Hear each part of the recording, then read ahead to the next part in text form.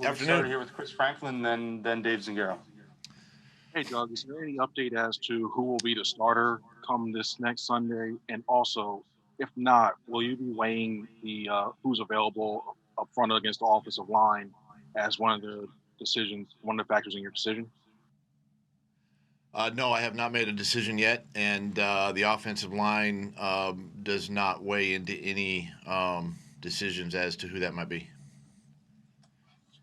Go ahead, Dave, and then Kristen. So then, Doug, what are some of the determining factors in that decision, and is there a time you'd like to make that decision by? Yeah, Dave, I'm not prepared right now to make any statement or decisions on that. I'm still processing a lot of things and going through a lot of things before I make that decision. So that when I know, you'll know. Sure. I'm not asking what the decision is, but what goes into that decision? I would like to keep those private, so that's just between me and me. Go ahead, Kristen, and then Zach Berman. If I can follow up on that, though, what are you looking to see from whoever will start this week at practice? Again, I'm taking all that into consideration, and the big picture is the football team, and we've got a lot of injury again. Coming out of this football game, there's a lot of moving parts again this week, so I'll take all that into consideration moving forward. Zach, and then Tim. Hey, good afternoon, Doug. Throughout these past 5 years, you've spoken about how you and Carson are married in this together. To what extent do you consider Carson's success or failure a reflection of you, and how does this affect how you navigate the decision? No, you're absolutely right, Zach. I mean, we are married to this, and it's something that I pride myself on, and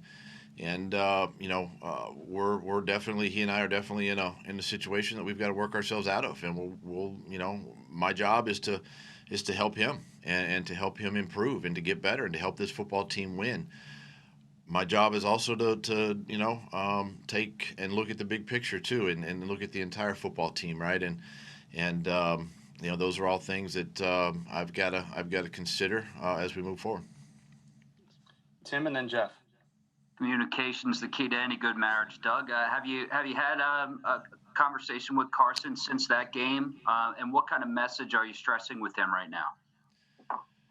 Yeah, Tim, as far as communication goes with any player, I like to keep those private.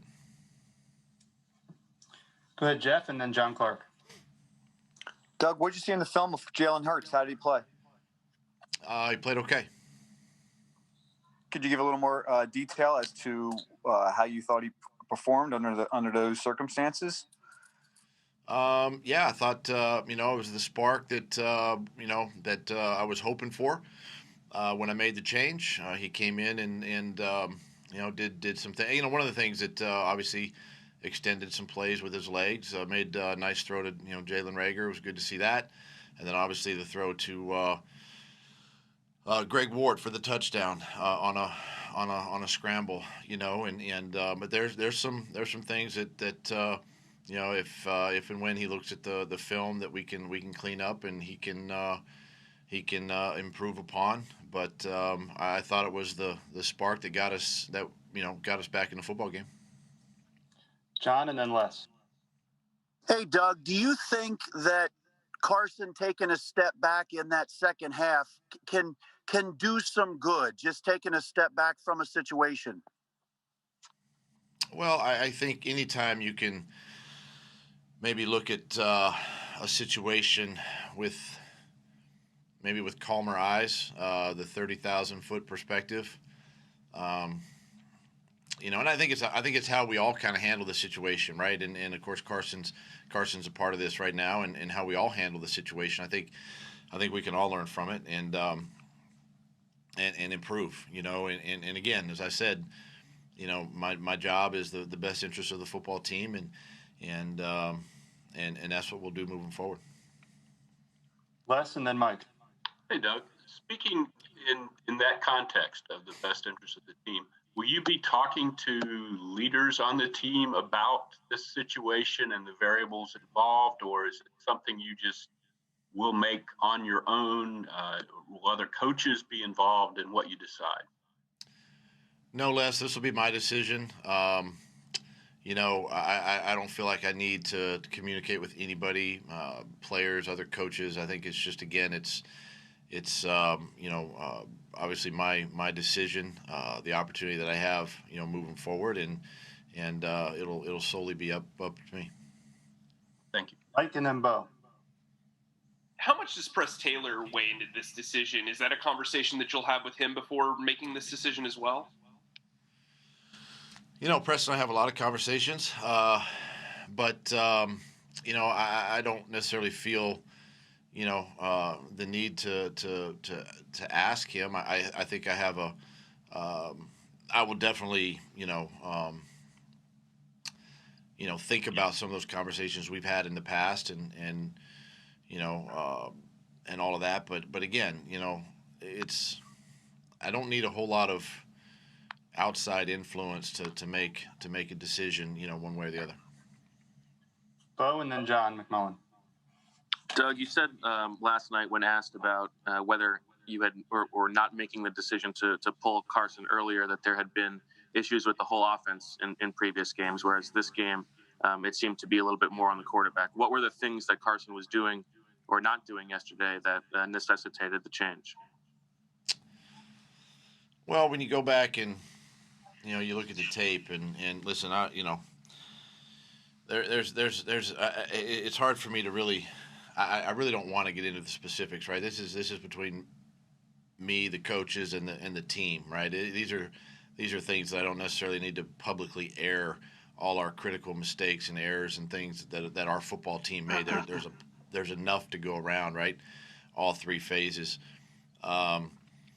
But at the end of the day, we didn't get it done, you know, and quite frankly, we had an opportunity even in late in the game to get it done, and we didn't do that. So I'm not gonna sit here and you know point the finger or point blame, especially at the quarterback position, because there's enough to go around.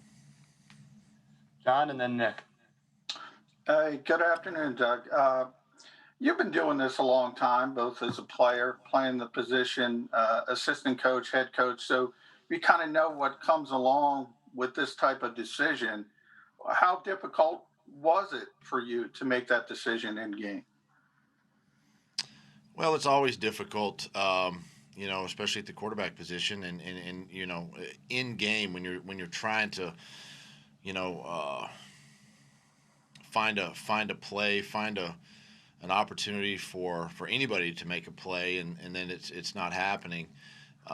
You just got to find that spark, and you just got to find that something that maybe can get your offense going, maybe get your team going, and so they're obviously difficult decisions to make, but you know, again, that's what I was hired to do, to make difficult decisions, and you know, I did one last or yesterday afternoon, and you know, it got us back in the football game, but it just wasn't enough. Nick and then Rob. Hey, Doug, do you have any updates on the injuries? You know, Peters, Slay, Avonte Maddox, anybody else? Yeah, Avonte Maddox is okay. Slay, I think, is going to be day to day, but should be fine. You know, he came out of it a little bit nicked up. Jason Peters is still working through, you know, his injury. I am waiting on one more report today to come back on him to see where he's at and his status for this week. You know, TJ Edwards is going to be a little bit limited this week, but optimistic that as the week goes, he'll get stronger and better and be available. And let me think. Everybody else. What's that? Davion Taylor. Oh yeah, Davion Taylor, good one there. Davion Taylor's going to miss some time. He's going to miss some time, and he's probably the one that's the most significant. But everybody else should be within reason, should be day to day, and you know, hopefully available for this game. But Davion's going to miss some time. Rob and then Martin. Doug, you said last week you didn't have any assurances one way or another about coming back next year, returning next year.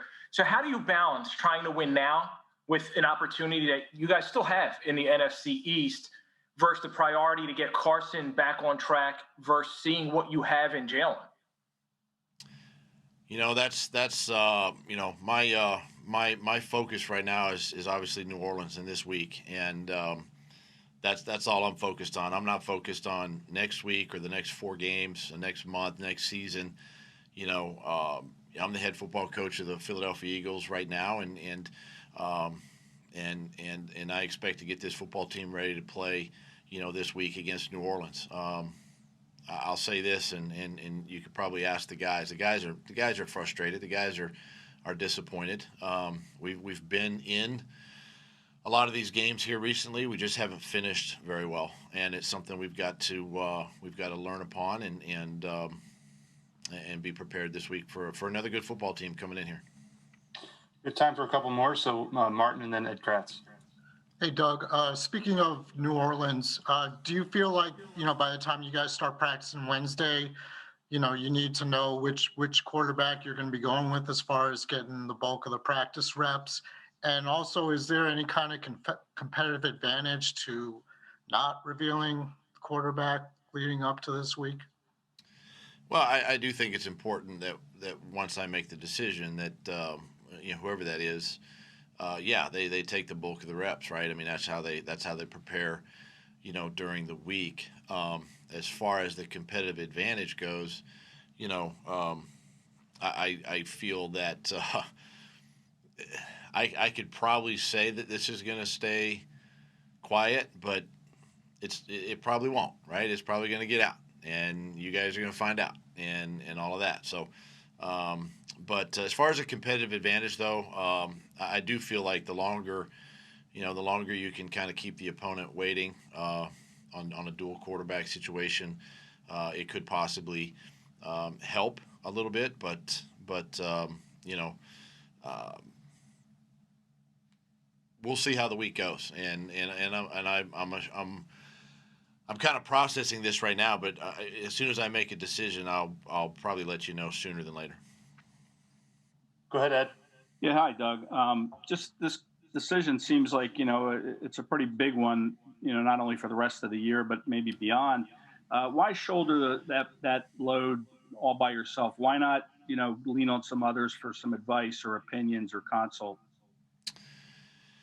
Well, one, obviously I've been through it personally as a player, and so I've kind of experienced that from a player's perspective, and the feedback that I got from obviously Coach Reed at the time, so I can lean on that experience, and really, you know, I look at, you know, I just don't want to be, I don't necessarily want to be swayed by others' opinions, because sometimes that can cloud judgment, right? And even sometimes as a play caller, you kind of go with your gut, right? And you kind of you see things in game and you make decisions in game that hopefully benefit the football team. And so, you know, kind of with that being said, I feel that's the right thing to do in this situation. Thanks, Coach.